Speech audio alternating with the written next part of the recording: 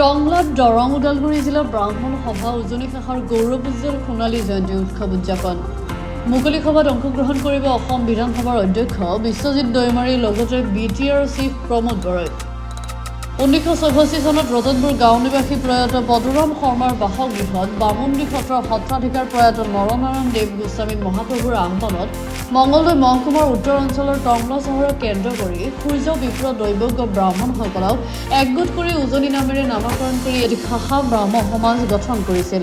সুখৰ আৰু গৌৰৱৰ বিষয় যে উক্ত শাখাটিয়ে ইতিমধ্যে এইবেলি গৌৰৱোজ্জ্বল সোণালী জয়ন্তী বছৰ অতিক্ৰম কৰিলে।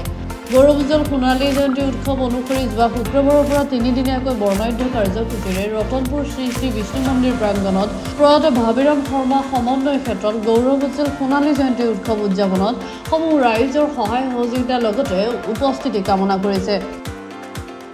প্ৰস্তুতি কৰিছিলোঁ, সকলোৱে বহুত দেহেকে খাটিছে, কষ্ট কৰিছোঁ আৰু আজি বিশাল সকলো লোকৰ সমাগম দেখি আচলতে অত্যন্ত আপ্লুত হৈছোঁ আৰু মনে কিমান আনন্দ হৈছোঁ আমি নিজে বুজাব নোৱাৰোঁ।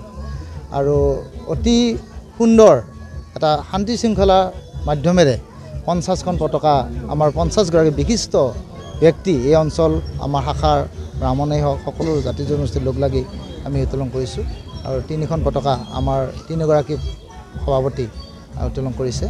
তাৰপিছত আমাৰ অন্যান্য আবক্ষ মূৰ্তি আছে, ভাবিৰাম শৰ্মাদেৱৰ আবক্ষ মূৰ্তিও হৈ গৈছে।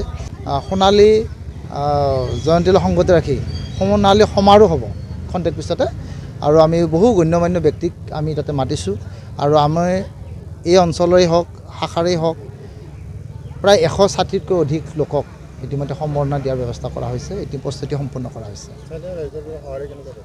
স্থানীয় ৰাইজৰ সহায়টো অভূতপূৰ্ব বুলি ক'ব লাগিব। ইয়াৰ মানে এনেকুৱা এটা পৰ্যায় মানে এই অঞ্চলৰ আজি এই অনুষ্ঠানটোক লৈ তেওঁলোক গৌৰৱান্বিত হৈছে। ইয়াত কোনো জাতি ধৰ্ম ভাষাৰ কথা নাই। কণ ল'ৰা ছোৱালীৰ পৰা বয়োবৃদ্ধ সকলোৱে আহি উবুৰি খাই পৰাটো আমাৰ কাৰণে এটা ডাঙৰ সৌভাগ্য কথা। আৰু এই ব্ৰাহ্মণ সভাৰ এনেকুৱা এটা দিনত আমি সকলো জাতি জনগোষ্ঠী যি সহায় সহযোগ এটা ইমান সুন্দৰ মানসিকতা এটা লৈ তেওঁলোকে আহি আমাক সহায় কৰিছে। আমি একো কৰিবই লগা হোৱা নাই, সকলো কথা তেওঁলোকেই কৰি আছে। আজি 4-5 দিন ধৰি এই গোটেইখিনি কাম সুচাৰুৰূপে এই অঞ্চলৰ ৰাইজে কৰাত আমি কিমান ধন্যবাদ দিম কৃতাৰ্থ হৈছোঁ আশাৰে বুজাব নোৱাৰোঁ। দৰং আৰু ওদালগুৰি জিলাৰ ব্ৰাহ্মণ সভাৰ অন্যতম উজনি শাখা ব্ৰাহ্মণ সভা আৰু এই ব্ৰাহ্মণ সভাই দৰং আৰু ওদালগুৰি জিলাৰ ভিতৰত প্ৰথমবাৰৰ বাবে সোণালী জয়ন্তী উৎসৱটি পালন কৰিছে।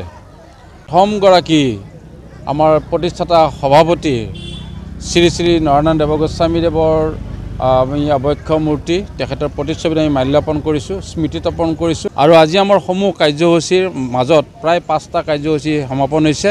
আমাৰ সোণালী জয়ন্তীৰ যি পতাকা সেইখন উন্মোচন কৰিছে আমাৰ সোণালী জয়ন্তী উদযাপন সমিতিৰ সভাপতি ভূমিদেৱ শৰ্মাদেৱে আৰু শাখাৰ যিখন পতাকা সেইখন উন্মোচন কৰিলে আমাৰ শাখাৰ সভাপতি ৰবীন্দ্ৰ শৰ্মাদেৱে।